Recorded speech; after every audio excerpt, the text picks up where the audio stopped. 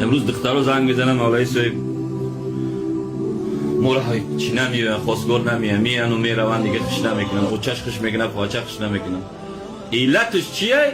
علت شمه که بیشتر حیا شده هم دخترها طولشو نکرده. چرا تو در تیک تاک و در اینستاگرام و در یوتیوب و در دیگه شبکه اینترنتی میبری خط اندام تنشو میتی لباسا تنشو میتی؟ آیا دختر تاجیک هم خیلی بی غیرتی پدر و مادر تو گیجوشید؟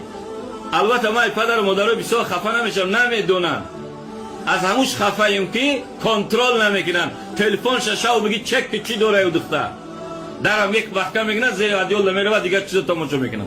یکمش دختر نمون که تلفن بگیره تلفنای خیلی شبکه دار نگیره تلفنای رنگ و رنگ نداشته باشه.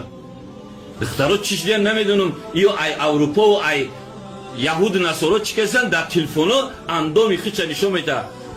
حضرت بی فاطمه الگوی شما بی فاطمه گفت ای علی ای شیر خدا اگر من مردم خود جنازه که هیچ که نیایم من مردم خودت بشود تنه مرا هیچ که ندیده بود هیچ که مرا